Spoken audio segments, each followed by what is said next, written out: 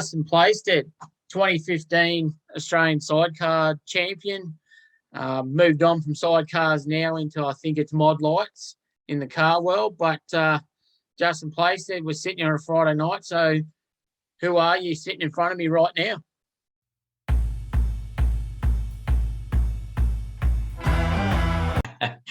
Yeah, I'm just a bloke trying to run a business now. We went from the sidecars, devoted a long time, 25 years straight. I did from juniors up to seniors, and loved every minute of it. It's a bit of a little sad ending to that sidecar story, but that's what makes and breaks you. So drove the mod light for an awesome bunch of guys from Whyalla for a little while there for a season, which was really cool. But yeah, now just really focusing on the business and my sons at the moment. So yeah.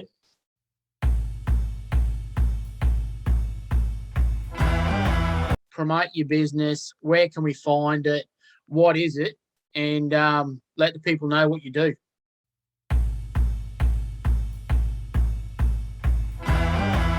Yeah, so most people in the speedway industry know that I've been in fencing for a long time. Now focusing more on the retaining wall side of things. So we got to Oz Fence and retaining down in Adelaide, and touch wood, we've been really lucky from COVID. The building industry is quite busy. But we've got a broad array of builders as well, and a big client base, which I've built up over the last 15 years. So we've been really lucky. I know a lot of people have been struggling with it, but touch wood, we've been okay. And so we've got a good group of guys that we work with, and a good group of clients too. So without that, we wouldn't be where we are right now.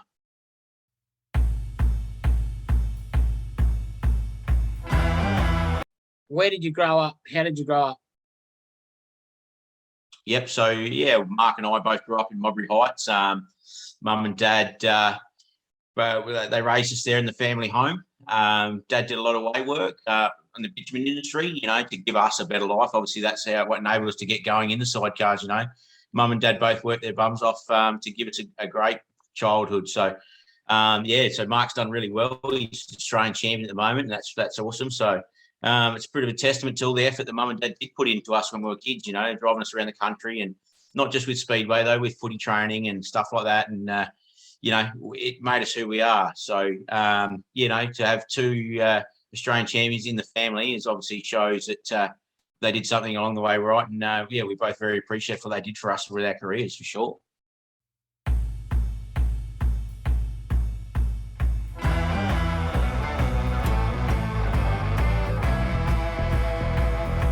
Touch on your dad for a second, because I don't know the scenario, but I saw a picture on Facebook, I think it was, of him kitted up in a set of Kevlars. Can you tell us about that?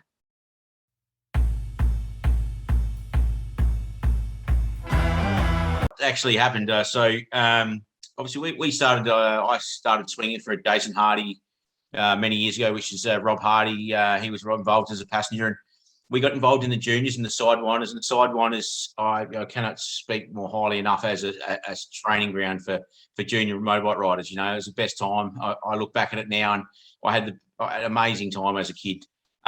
So Dad, I started the passenger, and then Dad ended up buying a junior bike. Mum and Dad both bought a junior bike for us, Mark and I, and that's how that evolved. And then we're at my grandmother's funeral at the wake, and Dad said, he mentioned that he'd owned a sidecar for 20-something years and he'd never ridden one. And I said, well, there's one way to change that. So we went to Gilman. I think it was say 3 or 4 weeks later. I rang up Mark, who still had Dad's bike, and said, let's get the bike going. And it was an awesome day. So Dad got to have a ride. He swung for Mark and I. And then he actually had a ride as well, and I swung for him, which is really cool. So that was it was a very great day, So for someone who's put so much effort into us, then to get without really fully knowing the feeling and the power of a sidecar, a speedway sidecar's got a lot of power. And that was one of the biggest things for Dad. He said, I was telling him, give it some, and he gave it a little bit. We might have shot across the infield once or twice, but that's okay. But he just got a bit better understanding of how, at the top level, it's intense. And so that was a great day for our family.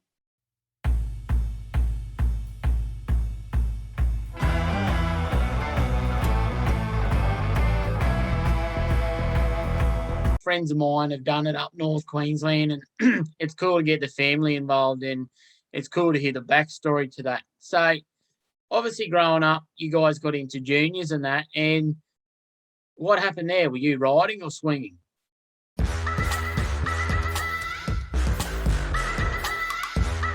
cousin Rusty Harrison was riding a junior solo, and we always used to go and watch. We were living in Alice Springs when that, and Dad come down to Adelaide at the time, and he come back and said, "Oh, he went to Sidewinders and how cool it was." We always were in Speedway. We were always at Speedway City, which was obviously then Speedway Park in Adelaide, and then Arunga Park. Like when we lived in Alice, we were there every meeting, watching the sprint cars and the sidecars and stuff.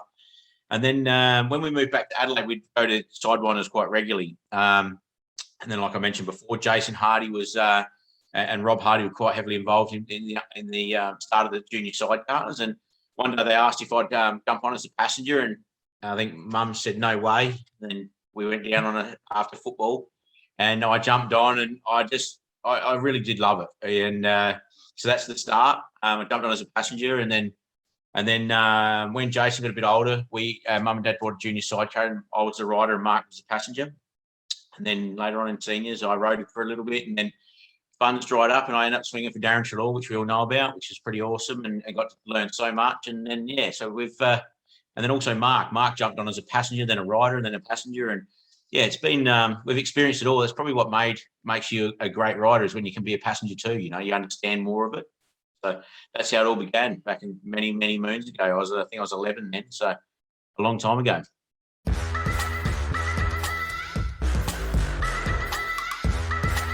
Passengers becoming riders, why are they such good riders? Like, is it the understanding, or what's your take on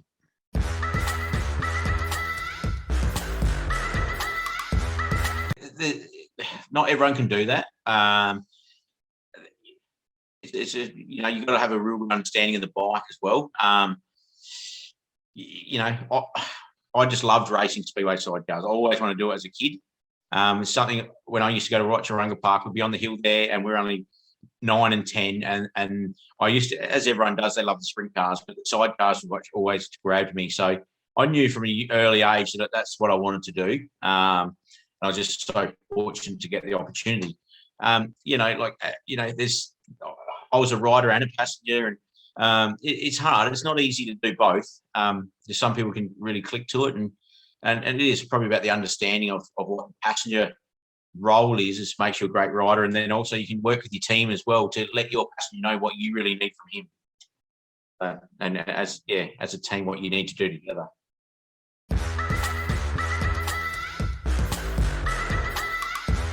How did all that deal come about that you ended up on the back with Darren? It's a funny story, actually. So obviously growing up, you likes of Darren Treloar, Glenn O'Brien, Gary Moon, Mark Drew, Andrew Cleve, Glenn Huff. They're all the guys I was watching as a junior. You look up there, you were idol. They were your absolute idols. You want to be just like them and be as fast as them and look as professional. So one time, obviously, I got into when I went from juniors to seniors, I was riding. Got to know each other. You know all the other riders in the industry, and then we went to Murray Bridge for a meeting, and Darren had a passenger called Mick Chase, and Mick Chase heard him. Darren rang me up and said, "Would I be a mechanic for the night?" So I went up there, and Mick in practice hurt his shoulder, and then Darren looked me up and down and said, "You'll fit in those Kevlars." And I went, "Okay." So I only went there to be the mechanic, and not to tell too many people. I had a couple of years on the way, so I probably shouldn't have jumped on, but it was all good. So we ended up winning the meeting, and from that, it just evolved.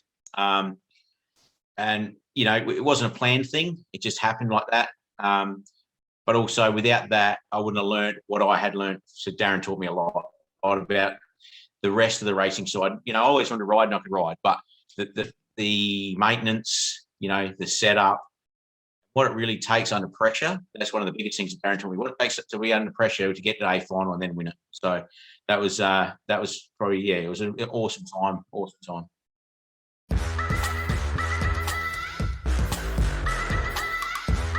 What is it like, and what do you pick up being around someone that's that good all the time? Like, there's obviously a heap behind the scenes where, at a racetrack, people go, "Oh, Darren Treloar's arrogant," whatever, but they don't see the preparation or what you're doing there.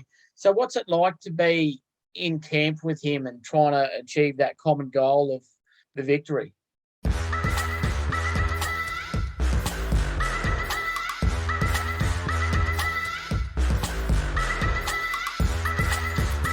Like when I first jumped on with Darren, people would have sort of that persona, but it wasn't that. It was not arrogance. It was actually focused. So he was just so focused on making sure the motorbike was 100%. And that was always his focus of, engine-wise would be 100%. Setup would be 100%. Obviously then I jumped on with him and I wanted to win just as much as Darren. So we motivated each other really well. We went for a few seasons there, pretty much undefeated. And, because we both wanted to win just as much as each other. So that's, Darren, you cannot, with the career that he's had, and you just look at the titles and the history, he's the greatest ever, and I highly doubt that'll ever be broken. But without, you have to have 100% commitment. That's what Darren has. He has 110% commitment to making sure that his motorbike is the best motorbike there on the day, and then he has to ride it the best as well. And that also throws a little spanner in the works when you have to go and race him. So, we had to go race each other too. So, then how each other tick mentally and, just little things, nothing major, just, how each other work. So, which made it interesting, you got to pull up at the Tates with, one of your best mates who was one of the best men in your wedding. But also then, as we say, you got no mates at the Tape. So when you get to the Tates, you were mates before, but then you got to go race. So, and then you're going to have a beer after. So it's a crazy dynamic that you're actually racing some of your best mates, but you're there to win. So it's good. It was a good dynamic. We're still great mates now. We'll be great mates forever.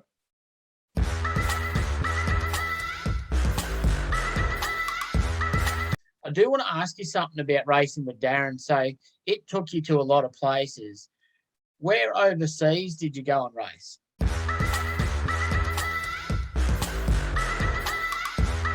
We sort of, when we first embarked on that at the start, we were based in, we based ourselves every year in England. And then from that, we raced in places like Germany, Poland, Sweden, France, Denmark. We raced in Denmark as well. So, I look at the world we're sitting in right now, and I just don't see that the Speedway sidecar is going to be doing that in any time soon. And I'm so fortunate that I got that opportunity.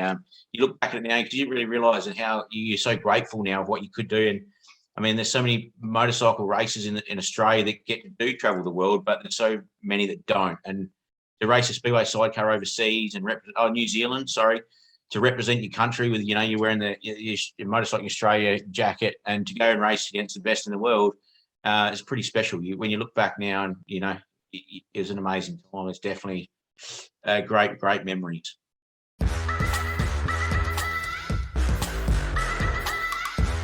What was it like transitioning again to the handlebars and getting your own outfit going? Yeah, so obviously, see, Darren played another role in that. So Darren and I did a deal. I was meant to jump on for a season. That went to 2. I think we did 7 seasons together. And I said to Darren, I can do another year, but I want to, there was that bike that I ended up riding was Darren's bike. We developed it. I don't know how much time and research and development went into that. I think we changed the engine position something around between 10 and 14 times. Like engine was out, changed the engine position, So I know the background of that bike. And we did a deal, and Darren was really good to me. Let me pay that bike off as well. So the transition, I always wanted to ride again. I was 100% committed to being a passenger. But I found that it was quite a seamless transition. And the reason why I could go fast is because of, number one, the motorbike I was on, knowing all the research and development we put into it, also knowing the bike as swinging on it with Darren. But yeah, so we pretty much, I was very fortunate. We got straight back on and we won. I think we won our first meeting straight away. So, the transition was, I found it to be a good one. It's not easy racing a Speedway sidecar. They're a different beast to anything else. They're different to any other type of motorbike. So, but having that background of also riding in juniors, that put me in good stead to go into seniors for sure.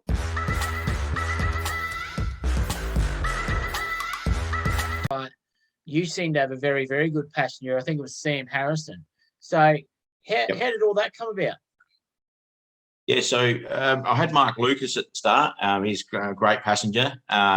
So then Mark Lucas was at the start. Obviously, Sam is my cousin. So Sam is very cluey. He's very, very smart man. So we've grown up together since we were 3 and 4, riding our peewees around. So Sam is the same as me. Went passenger, rider, passenger. He ended up swinging for my brother at some stage, and vice versa. So Sam and I have always got along. It was a good fit. So Sam is very, very, like I said, it's very cluey. We'd come in, like Jamie Banks, my mechanics, Grant Howarth. We'd come in, we'd talk about it, what happened on the track, but our whole team invested in what we should do as our next change setup, what we need to do on the track. So 100%. There is passengers everywhere, and they're all great guys. And I take my hat off to every single person, a rider or passenger that throws their leg over a speedway sidecar.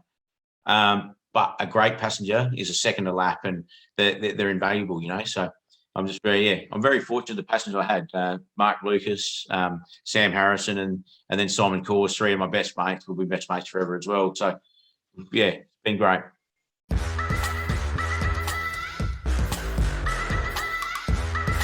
The socials, some questions and topics. Now, a really important one. Marty Wild from New South Wales wants to know, what hair gel do you use? When you get my age, mate, the hair's thinning out, so you don't need too much gel.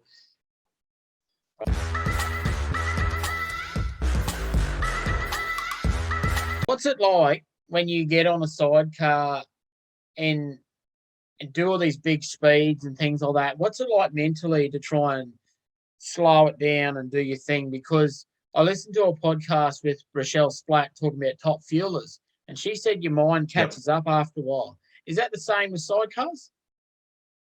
I'd have to agree with that.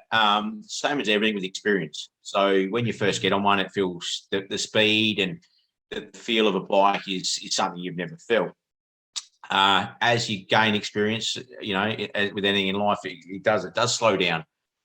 You get a feel for, you can run the fence, whereas when you first start, you can't run the fence. You can't be running four laps flat knacker on the boards. So as you get a bit older, a bit more experience under your belt, you get the better feel for the bike, and that trust in the team as well with the sidecar passenger. You can never go and put yourself in some of the situations that say Darren and I put ourselves in. Trying to pass 3 bikes around the fence, and there's a tiniest gap, and just different things. So so it does. Because you become accustomed to it. It's experience, more laps. You get better feel for it.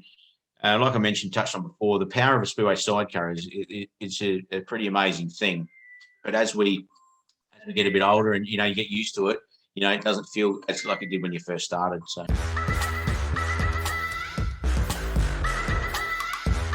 You sort of competed in what I would call the better era of sidecars, because you did have proper world titles and international travel on that. And I was with Scotty Christopher and Trent Coppy a while ago, and they said the same. So what was it like being in like the heyday sort of era of the sidecars, where it was massive promotion, all that sort of thing?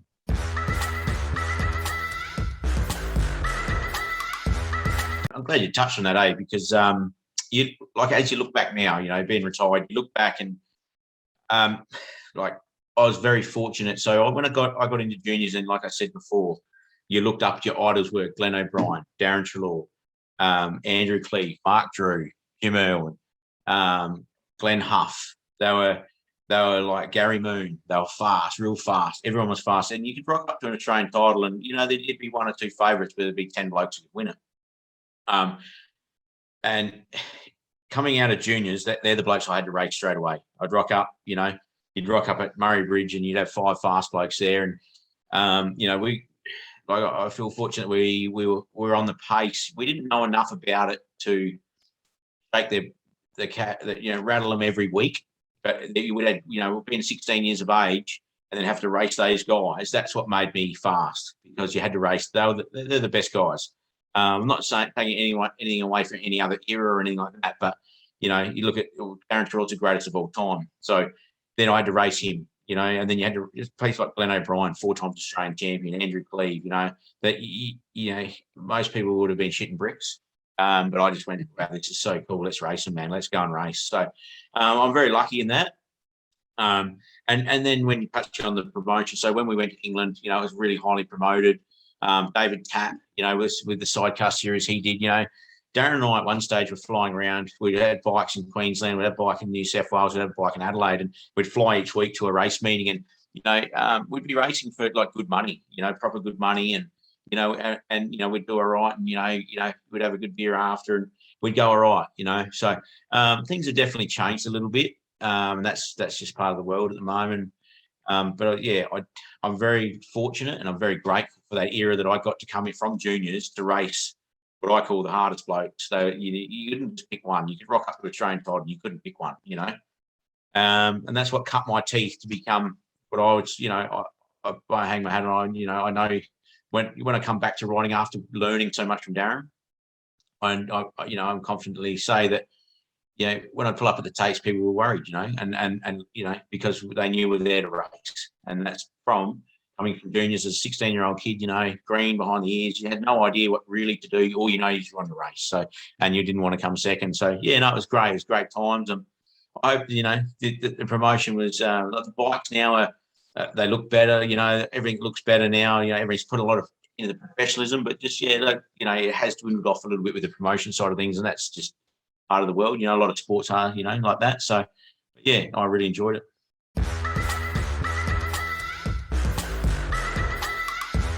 What were some of your routines that you would do to get yourself okay to be able to do what you're going to do? I remember vividly Glenn O'Brien telling me, we were talking about this once, this same topic, some people really have to pump themselves up, they really get themselves really amped before a meeting. Some people like to chill right out. It's just what mental space you got to go to. I'd be pumped up inside myself when I was at the track, internally pumping myself up. But before a meeting, I'd like to relax more, sort of just get into a meditative, meditate a bit, just make sure the mind's clear, visualize what you want to do for the night. Big on the visualization of what's going to happen. Big at closing your eyes just before a final and visualizing turn one, where you want to be, what you want to do, all the different scenarios and what your reactions would be, whether if you didn't make it from 4, the cutback or just analysing what you think is going to happen in your mind and then getting out there and trying to put it all together.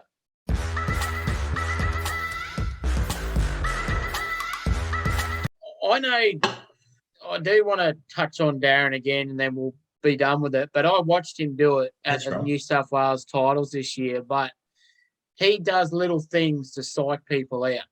And Andrew Buchanan touched on this. He loves the mental, competition of it where they were picking gates for the final. And everyone knew Darren knew what gate he wanted, but he'd go to every single gate. Oh, no, I'll go here and all this. What were the things that you noticed other competitors do or you did yourself to try and unsettle people's nerves?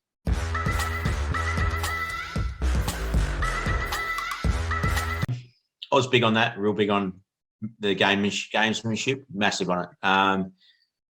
You knew what made people tick, and it's probably not a great thing to say, but you knew what made people tick, man. And, if you could get under their skin a little bit or, mate, I remember going to race meetings and it was a New South Wales title at Wagga and, we weren't the highest point scorer. So I said, Darren, I'm going to go kick the dirt I went and kicked the dirt. I think it was gate 3.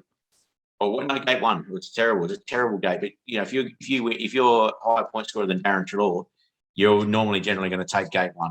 And everyone would think Darren Treloar was going to take gate 1. So I just went and kicked the dirt in gate 1, kept kicking it. It was terrible, most horrendous gate you've ever seen.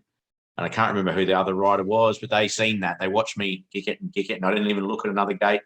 Stuff like that. They went and picked gate 1. We took white, and see you later. We're gone.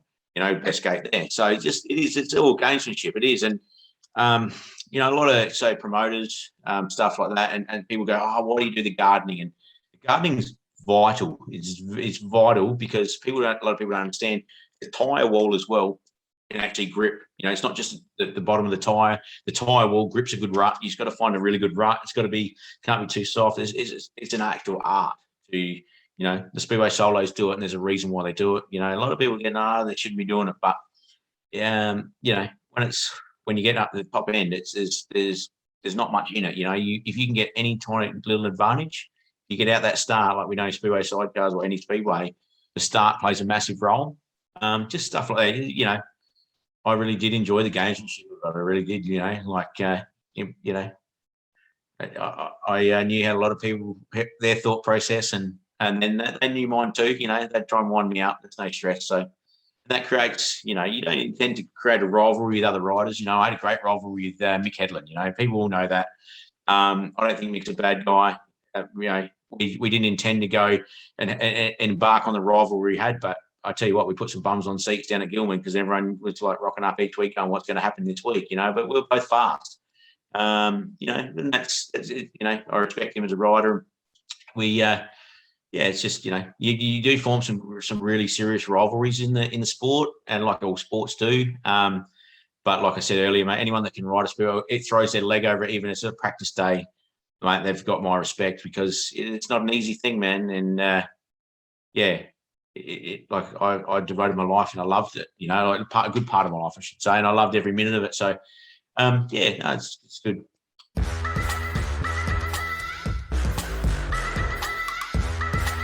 Now, another question or another mention from the internet was Sandy Golding. She said, did you ever get a Mick Moonburger? No, I did not. I'm not even sure what a Mick Moonburger was. Well, she said to me that after big nights up in Ayr and Pioneer Park and that Mooney used to cook burgers the next day and all this sort of thing, and they ended up calling them Mick Moonburgers. So that's what that was. Yep, there you go. But no, I remember going back to Mooney's for a couple of after parties. The sun come up, and yeah, we had some good times. Definitely had some good times.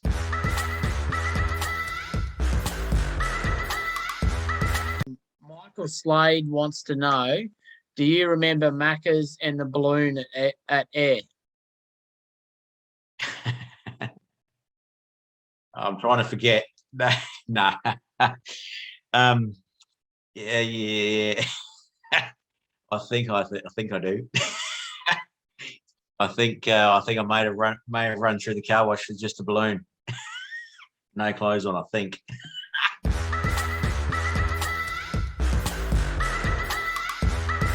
This is from Stephen Hansen, and I have this debate as well all the time down the pub or at lunch at work. How come injection hasn't come into sidecars and taken over like it has in other sports? I mean, like there is guys trying it. If I was still riding with the team that I had around me, that's the avenue we were going to head towards. You don't like so. Just the way we need the power to work with dirt also changes things from bitumen. That's a very big thing. But it's going to be the way to head eventually. Answer the question honestly, I think it's taken a little bit longer than people would have expected because people are still making it work with the carburetors. So, you know, like I was trying to explain before, we race in 2 gears, second and third, or first and second, and you know, it's not like you're not changing your up and down gears like a normal road race bike, which we use, road race engine, I should say. So that's a factor. Yeah, so I think once if you invest the money in it properly, I think that it's probably the way to go. But time's to tell. So.